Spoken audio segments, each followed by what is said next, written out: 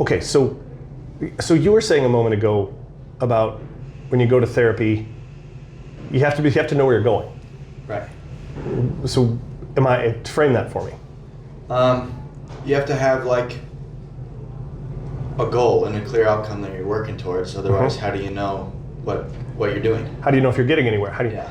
Now, that's interesting because on one hand, you're exactly right. Anything you're trying to become or anything you want to be or any goal, you have to be able to see that goal. It's got to be out there, okay?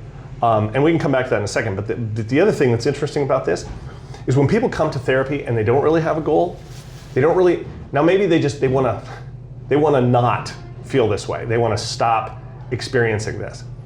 And that's a step in the process. But what happens is if people don't really know where they're going, if they don't have a goal, this is who I wish to be. This is what I want my life to be like. As you were saying, there's no place to go with it other than this immediate thing that they'd like to quit experiencing, okay? But what you're gonna find is a lot of people who come to therapy don't have that goal for themselves and they don't really want one. And the reason for that is because if they have a clear picture and they take responsibility for it, this is the person I want to be, this is what I want to be doing with my life, this is how I want it to go, this is how I want my relationships to be, this is how I want my friendships, my life, and all this. Once they put that out in the world and own it and you see it, now they have something at risk.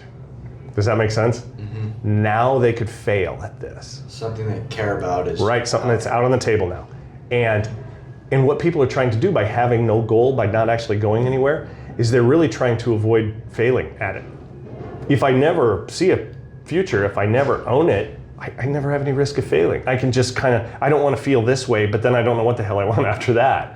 Which is what happens a lot in therapy is people feel a little better and then it just kind of wanders around aimlessly and doesn't really, go anywhere specific. Mm. And you don't have and nobody knows where they're going and nobody knows how they're getting there or when they've gotten there. And so that's an interesting thing. People do have to picture what they want in order to change, in order to grow, in order to become anything.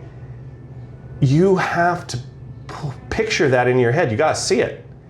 And you gotta own it. You gotta put it out in the world, in front of other human beings and say, listen, this is what I want. This is where I wanna go. This is what it looks like. This is what it sounds like. This is what it will feel like. And you gotta own that.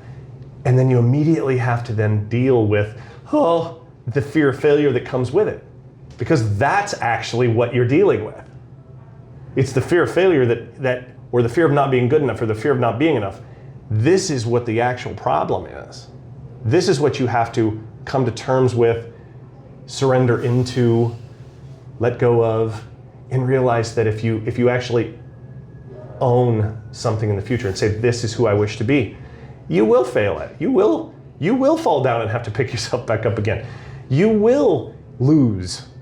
You have to stipulate that from the beginning.